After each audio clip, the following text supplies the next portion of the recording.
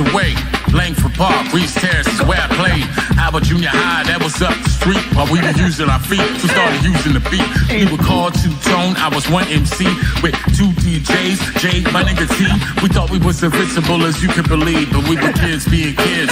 Living in the 80s, thought we were grown, but the world was very different. Lights came on, these streets, they will evict us. Sent back home to not become statistics, but some couldn't miss that leg, and so they fell down. No pops around, but the shots around. We gave it all, but couldn't afford more bound. Some applaud now, but never knowing how we made it up out of there without doing a bit. Wow, our city, the place of where I come from, that old shit story, pain, my glory. Tell me what that sound like. It's just me, the city beautiful. This is my story.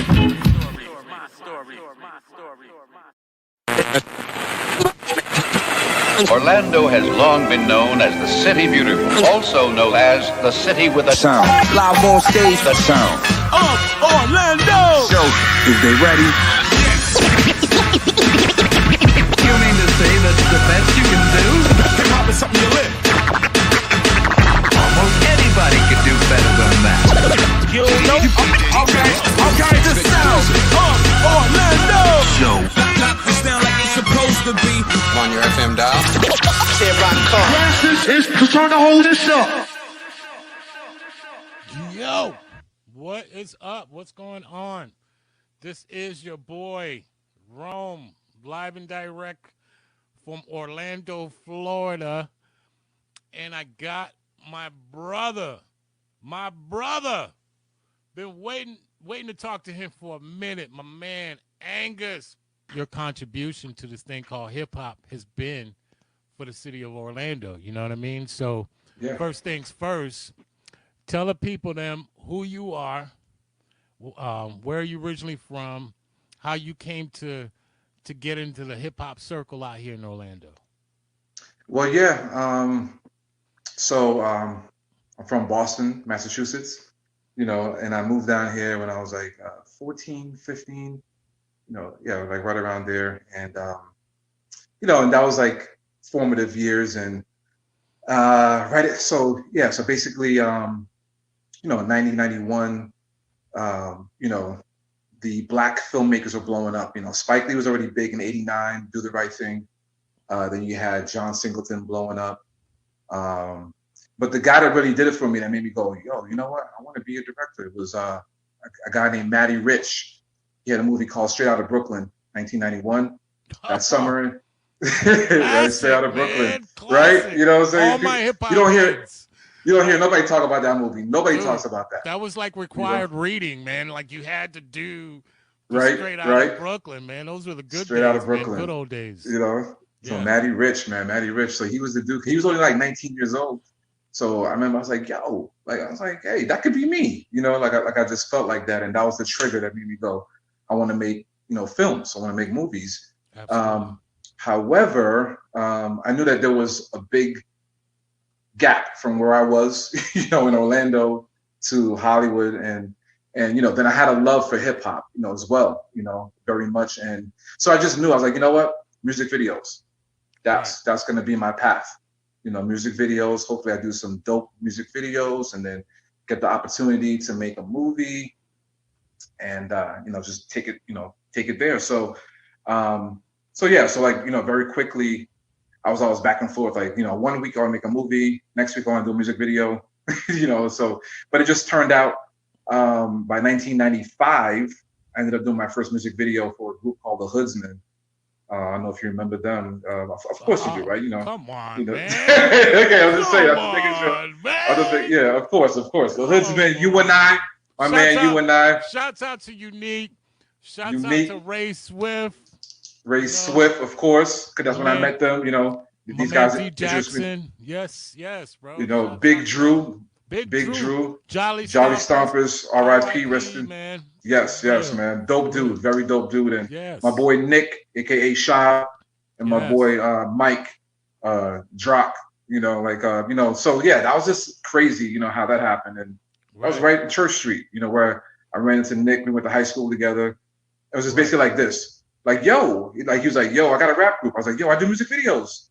Even though I had no music video at that time, but it was just like, just talking. And then next thing I know, boom, You know, we ended up, he gave me a call like, yo, we want to do a video. I was like, wow, Right. okay, let's make it happen. So, so we did that, and I know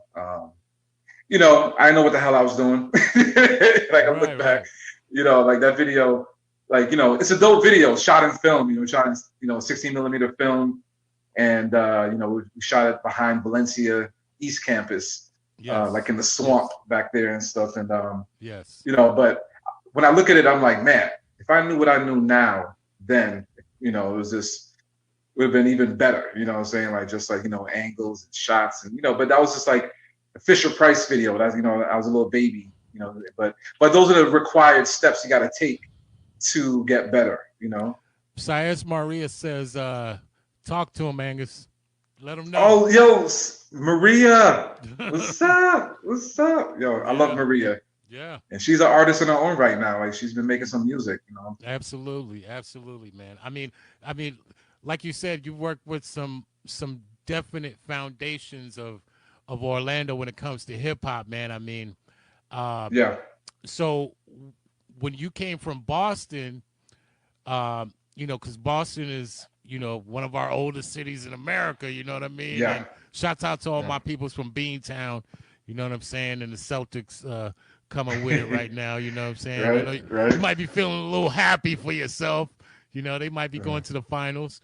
But when you came down to Orlando, especially downtown, and seeing all this action going on, what was your feeling towards that? Like, how you felt about it? I remember the very first time I drove through downtown Orlando was me, my mom, and my sister. And I was so hyped because, growing up in Boston was always considered like a small city to me. Because, in comparison to New York, Right. Boston was always considered small. But coming down here is when I realized Boston's actually a pretty big city. Everything is small compared to New York.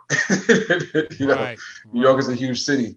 But the first time we went through downtown Orlando, I was shocked how small it was. I was like, whoa. I was like, because, it was only like 4 or 5 blocks or maybe 6 blocks. I was like, whoa, like that was it? That's it? Right. So I was just like, but that was like, that was like probably like, I don't know, 89, 90, like either right at the end of 89 or early 90, somewhere around there. It's probably like early 90. And so I was still very much a kid then, but definitely by the time, like, 2 years later, like 92, when I started venturing out, on my own. And those used to be some dope nights coming down here, like 92, 93, like those, come on, that's what we did. Like that was the plan. We're going downtown, Church Street, we're going to just walk around or cruise around, that was everything. You know what I'm saying? Like it was everything, man. Pick out your outfit, and it was a lot going on those 4 to 6 blocks, man. Right. There was a lot of things going. It was really heavy at that time, man. Really a smorgasbord of whatever you were into. It was there, Yeah, exactly. It was a lot of energy. And so 92, 93, then by 94, one night I remember I was out and me and my boy Julius, and we ran into this kid Sean, and I remember he was like, I don't know, we were just talking and stuff, and then he was like telling me that he knew this director. I can't think of the guy's name, but I think he directed the Nas video, The World Is Yours video. Josh something, I can't think of his name.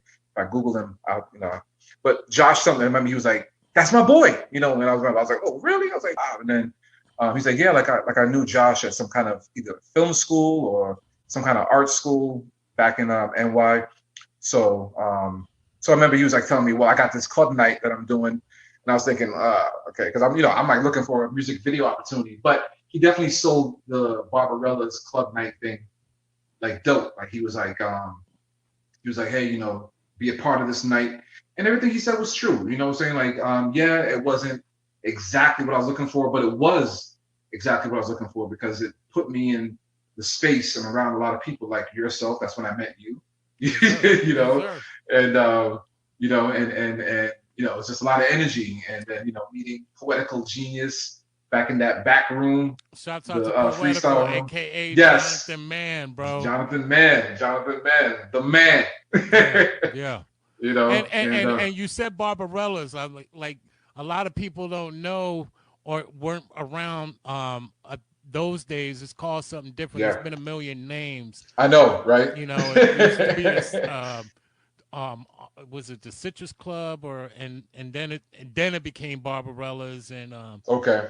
but that place right there had its own vibe altogether. It used to be like punk, progressive, and then when we came in there and threw the hip hop in there, it was just a whole next vibe. I mean, so you could literally walk from that block from Washington, and hit Central, And that's 94, and this is like right the and fall of 94. So we're talking like this right. is way back. Yeah. Right. You had the Sapphire Supper Club. You had I believe it was it was Zuma Beach at the time, if I'm correct, or it might have been Beecham. Yeah. No. It was Deco's. Yes. Yes. It was called Deco's. Yes. Yeah, that's what it was called. That's what it's called. Because remember in '93, Deco's became legendary because that riot they had out there with Shaq and I think it was a 2 Live Crew or something. They just popped up out there, and then mad people started hearing, "Yo, Shaq is right here," and so was Luke or whatever. And then everybody tried to get into Deco's because, like, you know, we weren't used to that yet. Shouts out to all my heads that went to Deco's, man. I mean that was a place, man.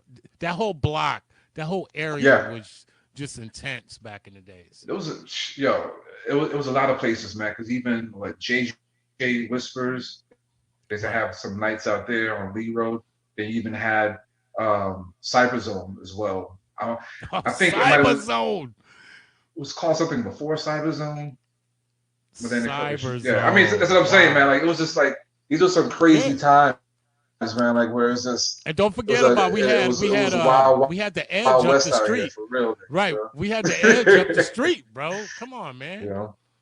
So so when you got to that Barbarella spot, shouts out to K Razor, Ray Swift.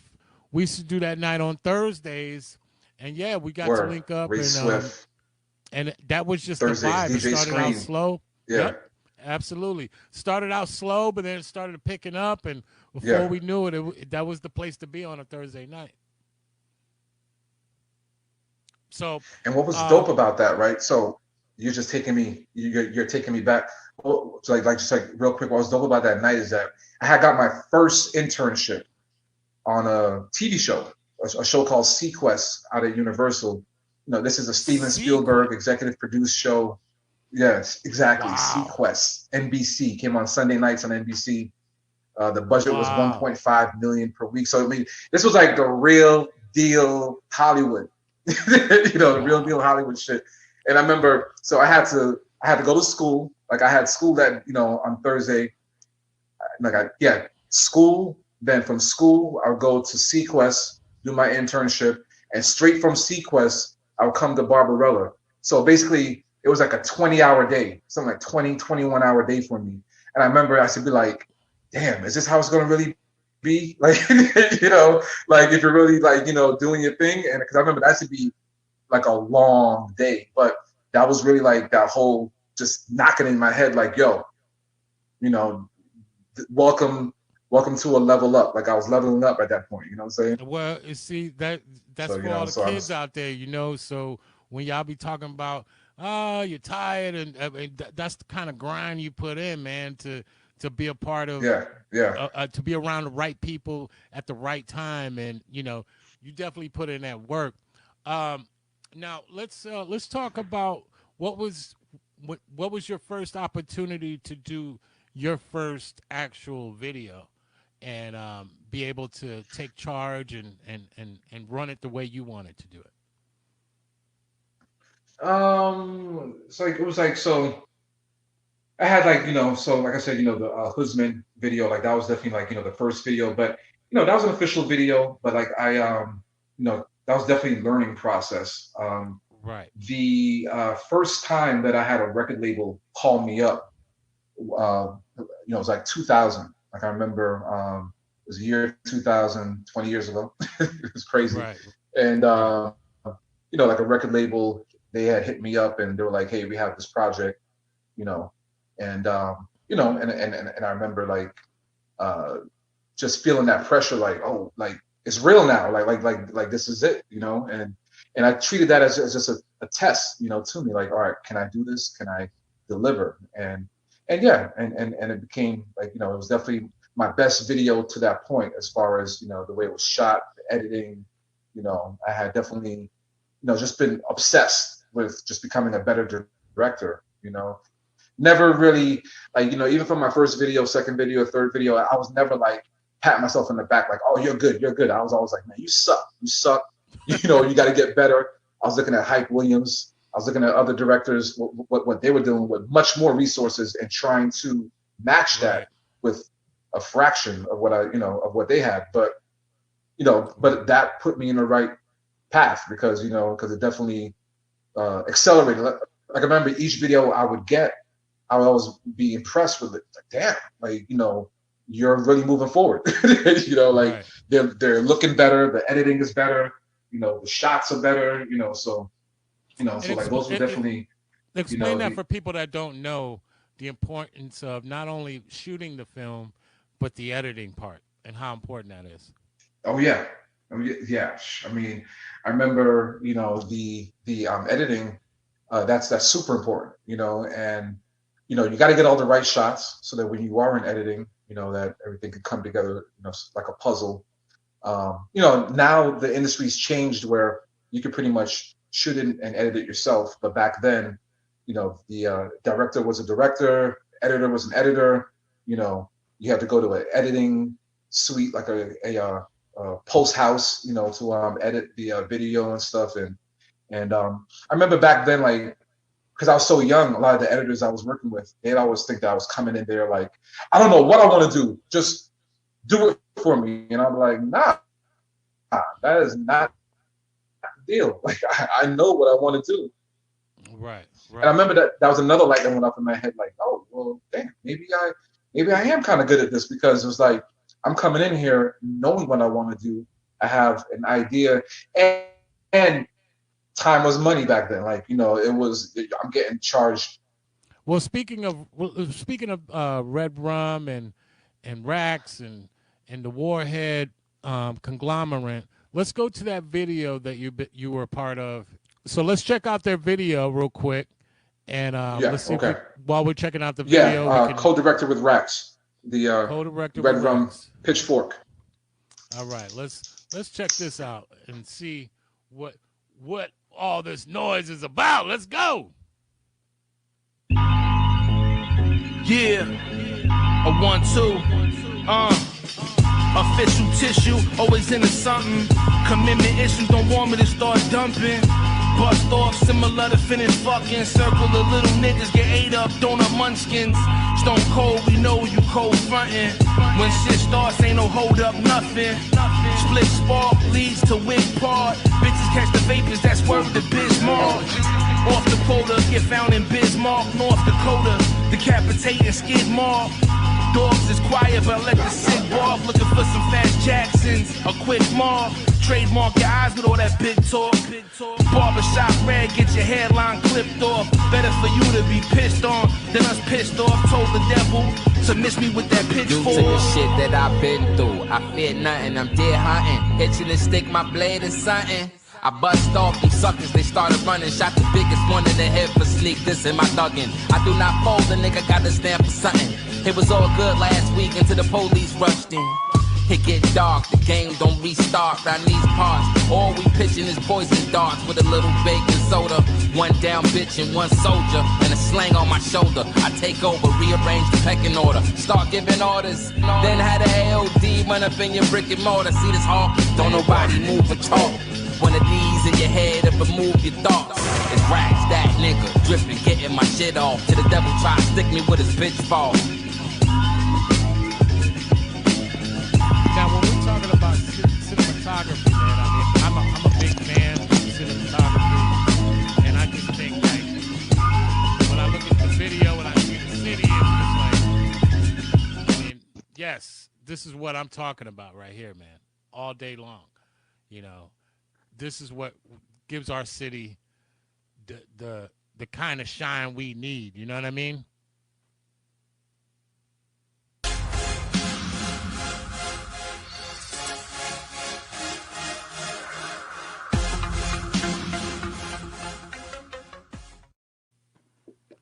All right, we are back. We are Yes, back.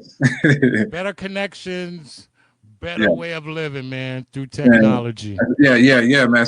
I see you're an IT guy now, man. I mean, we wear so many damn hats. I don't know where it ends or begins. I just, Right. you know, we're just out here, man. We're trying to live, brother.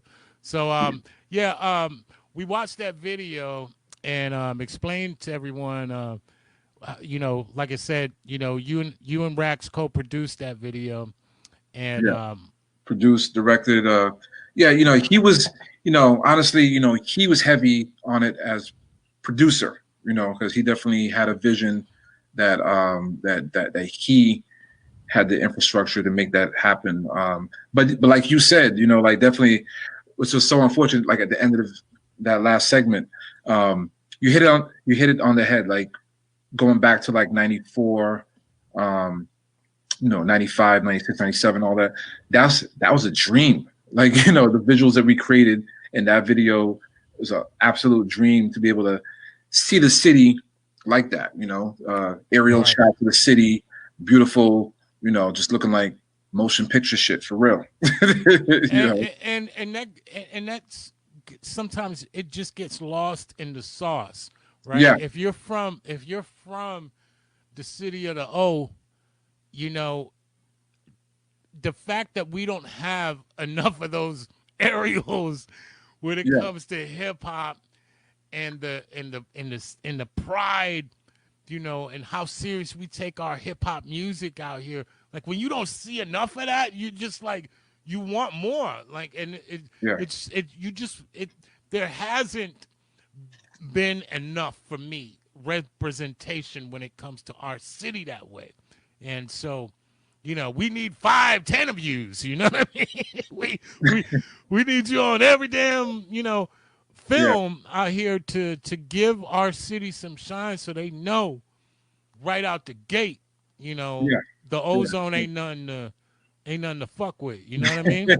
Ozone ain't nothing to fuck with. Nah, man. Nah. Yeah. It just I mean, what you're saying, absolutely. That a lot of these kids that are shooting stuff now, and they have all these abilities to do those type of shots, you know, they don't understand how epic, you know, like, you know, they know it's pretty cool, but they don't understand that those are shots that were just, you'd have to spend 6 figures, you know, back in the 90s to shoot that video. You know, you need a helicopter, you know, you need cranes and all kind of stuff going on. You know, it would have been isn't that crazy? I mean, because I get in the same stinking conversations with people about music equipment, right? Like, you know, when it came to just the recording aspect, I mean, you had to have a facility in which had all these bells and whistles and a computer that was literally like, you know, miles away behind what it is right now. But still, you needed all of that to kind of be able to do what it does today with one laptop, you know. So now you're talking about film and the ability to have drones. I mean, I've seen Rax fly these drones, and I'm like, man, this is incredible. Like, he's a pilot. To be able to do that, right? To be able to do that, man, and just to have that kind of ability now makes the game a lot easier. How do you feel about quality versus quantity?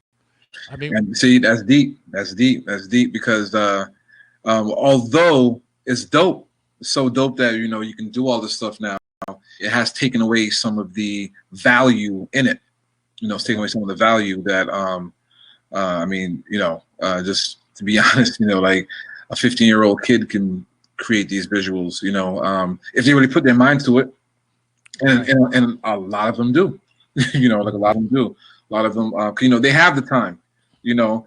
Like I look around, like, you know, when I talk to my friends, you know, I have a lot of friends out in Cali, you know, Hollywood, you know, people that went to school here for film and then they left.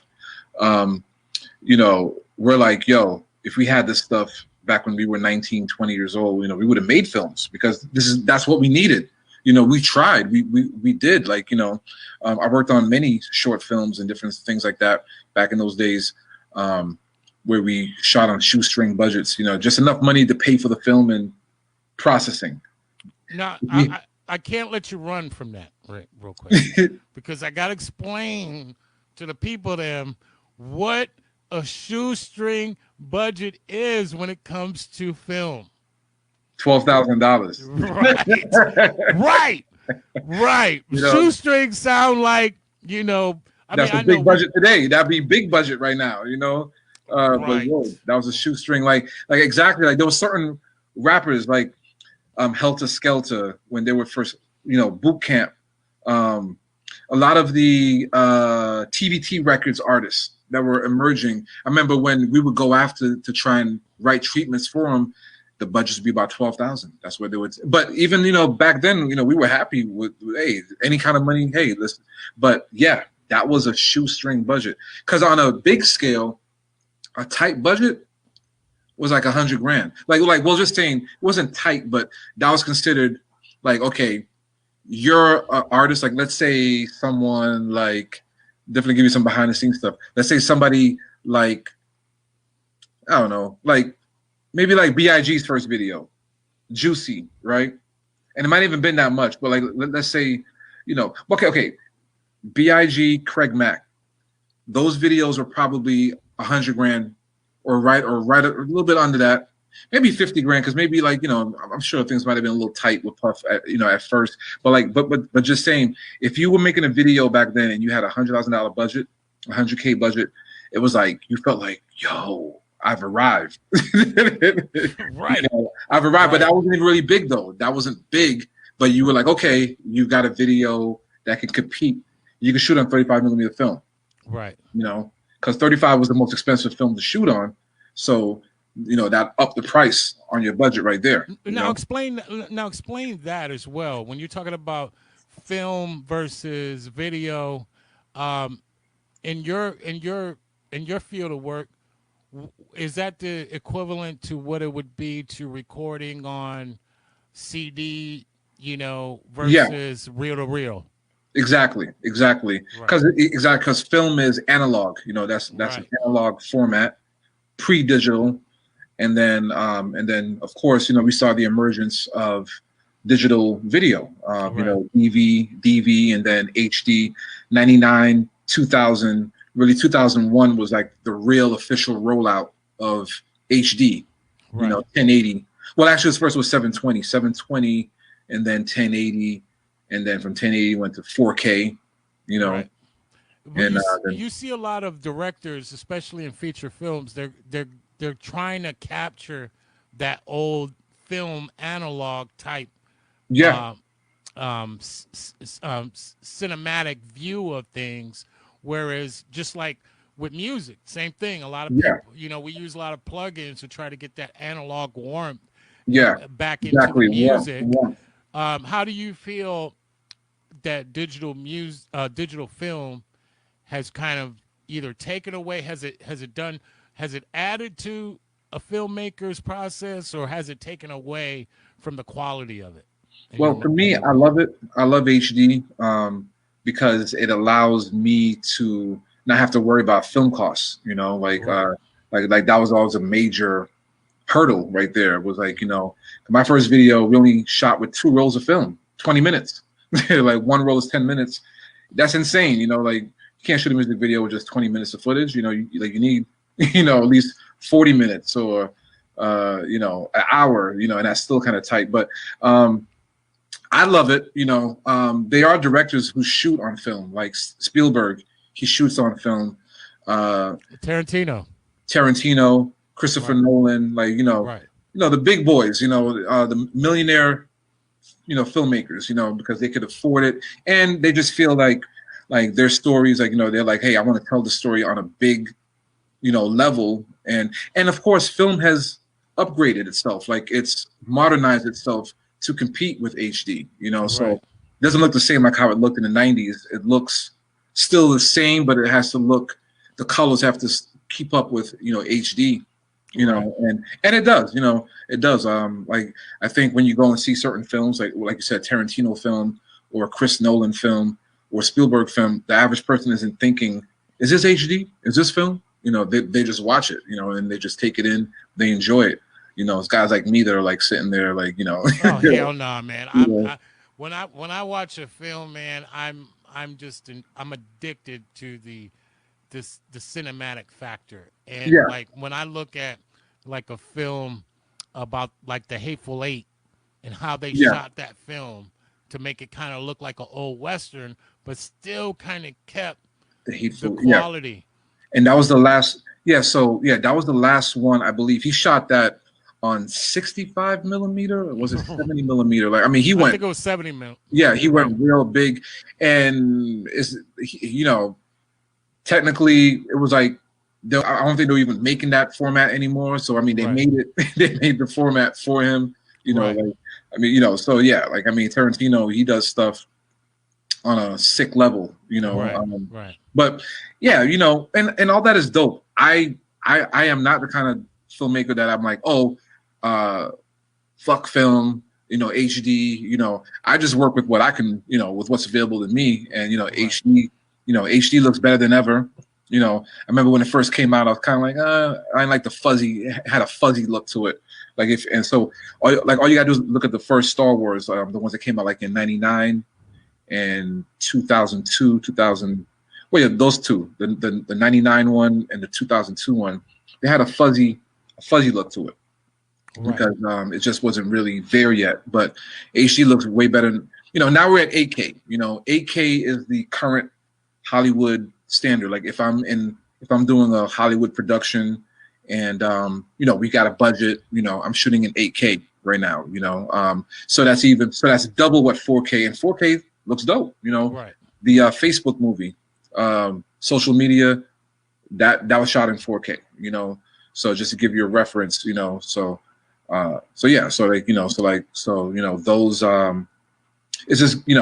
it just keeps getting better and better.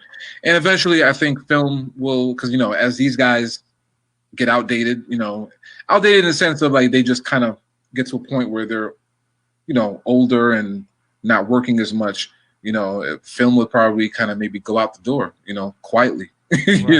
Right.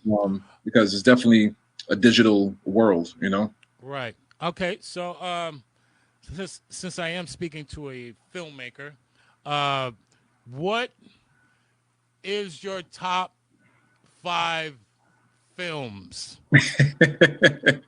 Wow, top 5 films. Top 5 films. Okay, that's deep. Like I definitely know, like one that I definitely put in there because like I just love it, and I was thinking about it just recently over the weekend.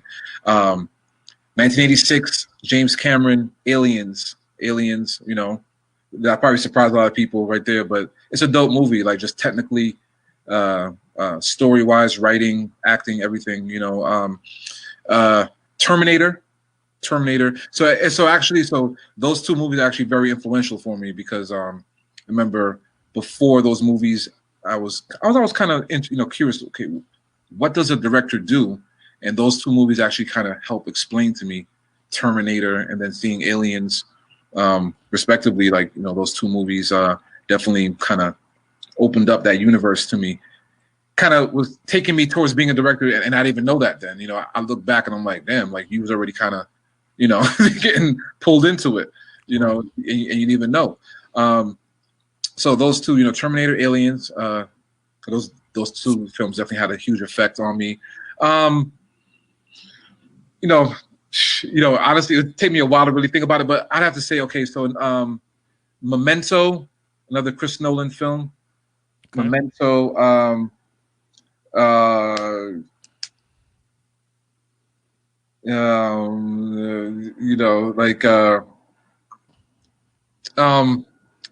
Goodfellas.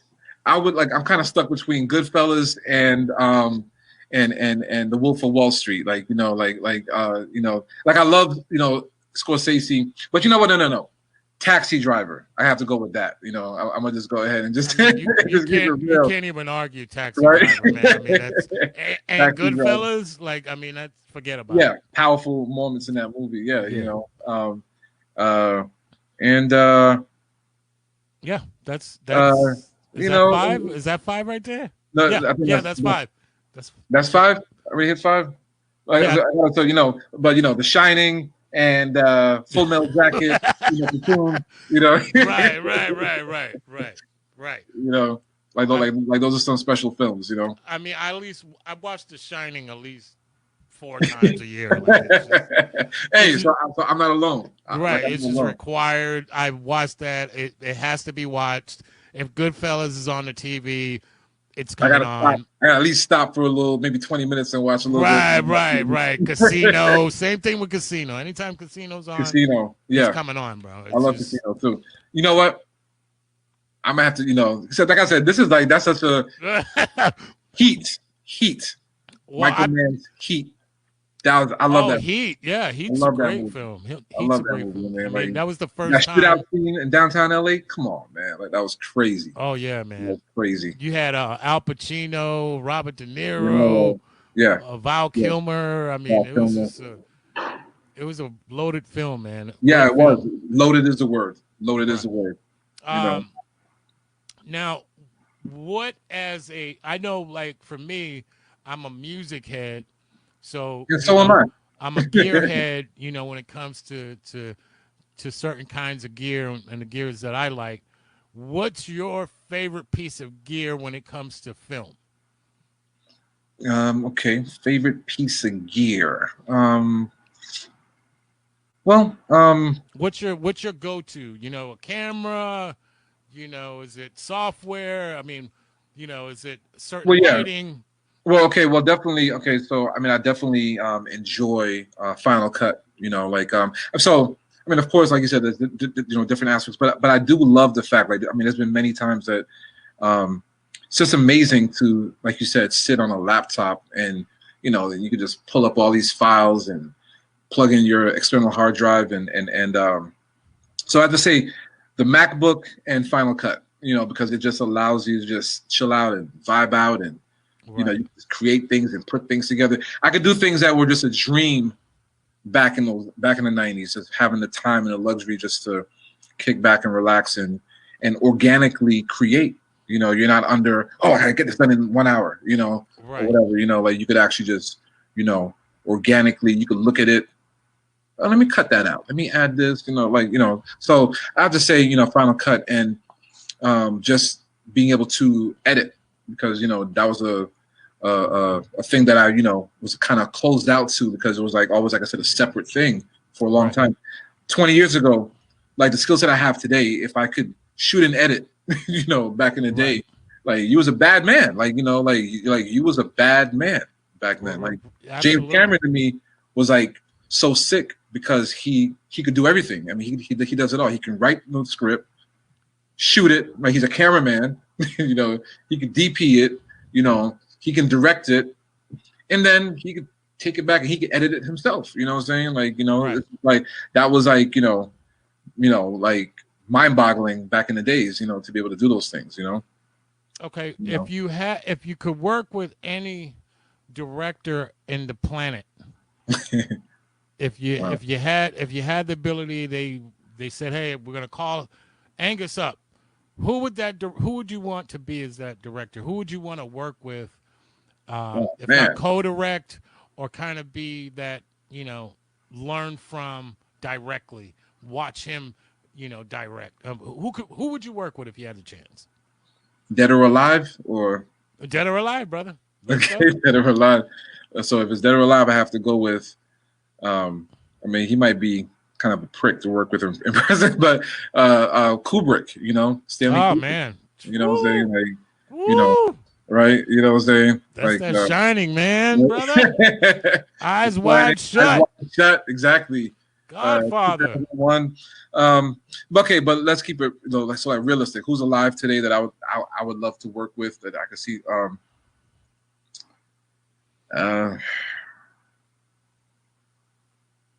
You know, I would say Mr. Cameron himself. James Cameron. Okay. James. What he's doing right now with Avatar. He's been shooting. I mean, he's been given $1 billion as a budget for the Avatar 2, 3, 4 movies. Right. I mean, that's like ridiculous right there. But that's because his track record is so sick. I mean, that's crazy. Right. $1 billion to make, well, not just one movie, but 3 movies. Wait, 2, Right. 3, yeah, 2, 3, and 4. Yeah. So, Right. yeah. Okay. So, yeah, just because he's scientific, he's pretty scientific. Like and I think that he would need my energy because I would try to remind him, like, hey, this is how you were in the 80s. We need a little bit of that James Cameron from the 80s. Because, because Avatar, when I saw it, I liked it, but I didn't love it. Because Right. I just felt like that edge he had as a director, he's kind of got a little softer, a little milder and softer. And that's cool, but because I understand marketing, you want to be more wider. But at the same time, I think that you need to still keep a certain edge. And I think that's what I would try to be around him to, like, let him know, like, yo, we need that edgy James Cameron, not that milder, softer, not the grandpa James Cameron. Well, I gotta ask you this one question because this is always, and you're a filmmaker, so this may be up your alley. But why do you think Belly was the only film that what's his name made? Hype made. Like, yeah, man. And that film, and it's one of my favorite films. Yeah. Just because of how it was filmed. Yeah, oh yeah. And that's a story. cinematography movie right there. Right. Cinematography for your ass.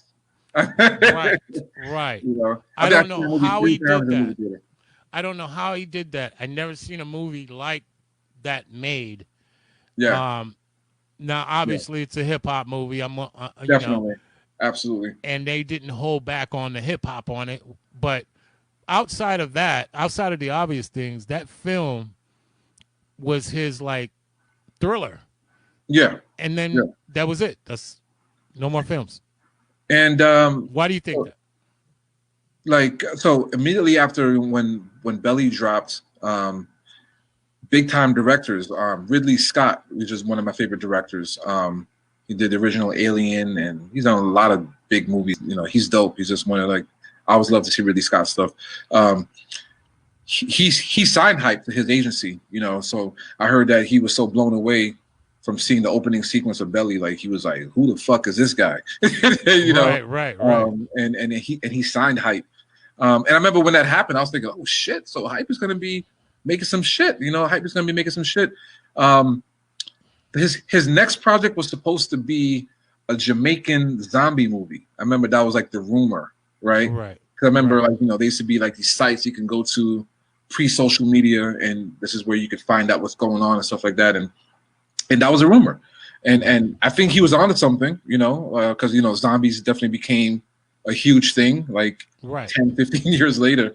So I think he might have really hit it big with this Jamaican zombie movie that he was trying to make. But it just stalled, like, and that happens a lot. Like, like you're trying to develop a project, and for whatever reasons, it stalls.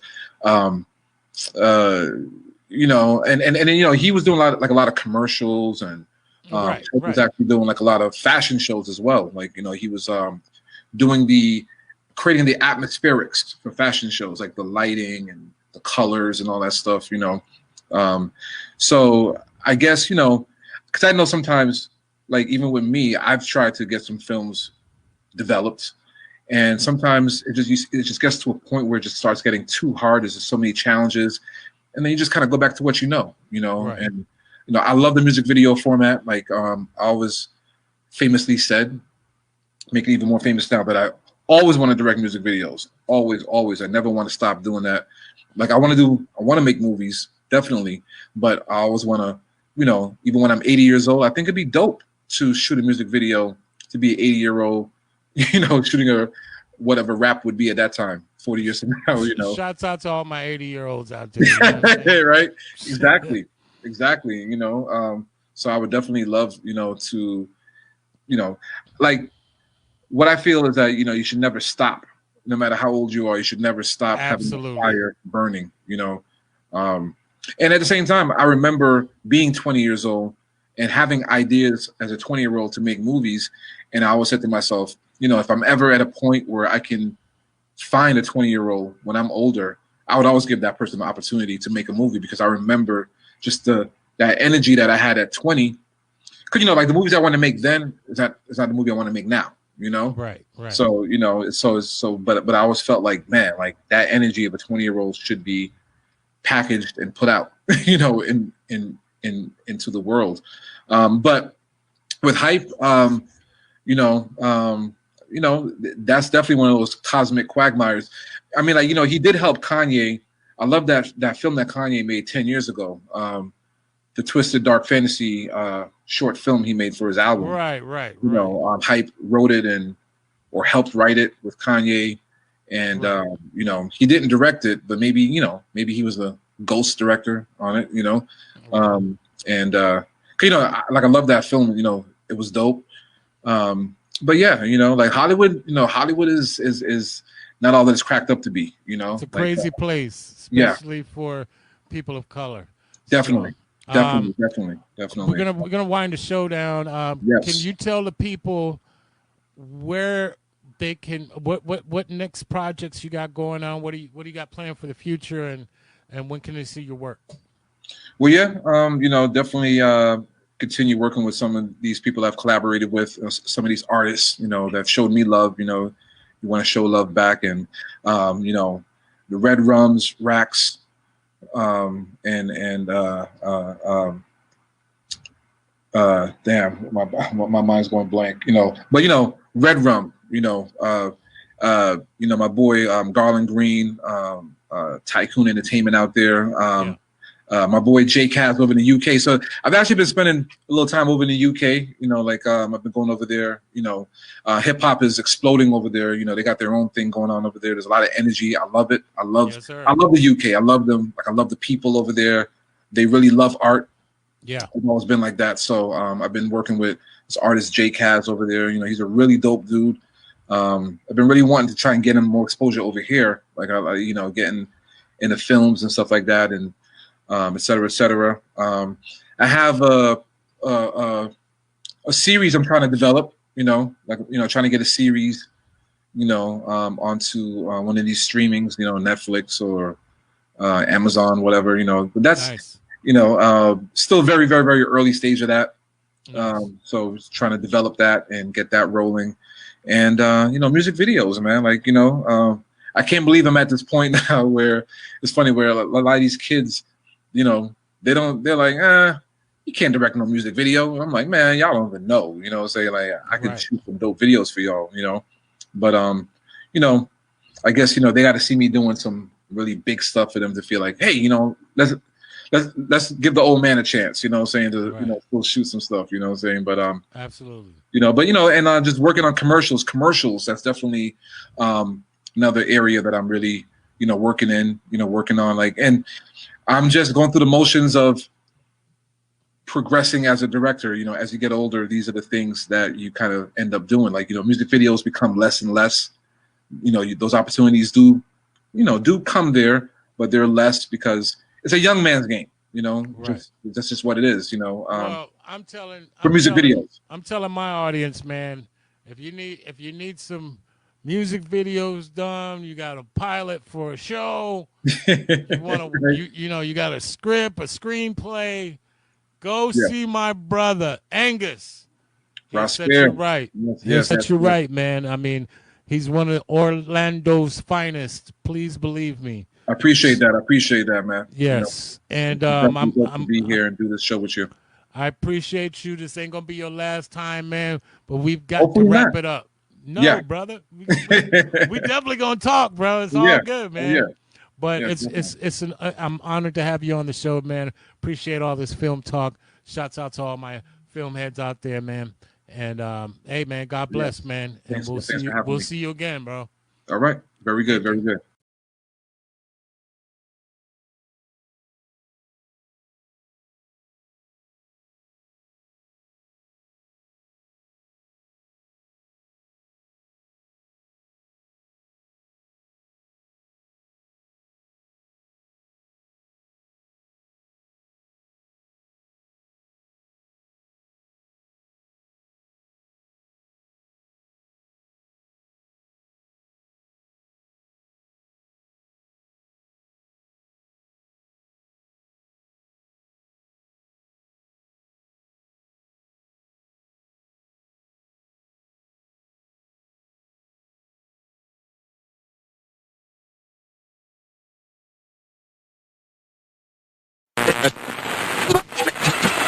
Orlando has long been known as the City Beautiful, also known as the City with a Sound. Live on stage. The sound. Orlando! Show. Is they ready? You mean to say that's the best you can do? Hip hop is something you live. Almost anybody could do better than that. You know? Okay. The sound of Orlando! Show. Knock this down like it's supposed to be. On your FM dial. Stand by the car. Blasters is trying to hold this up.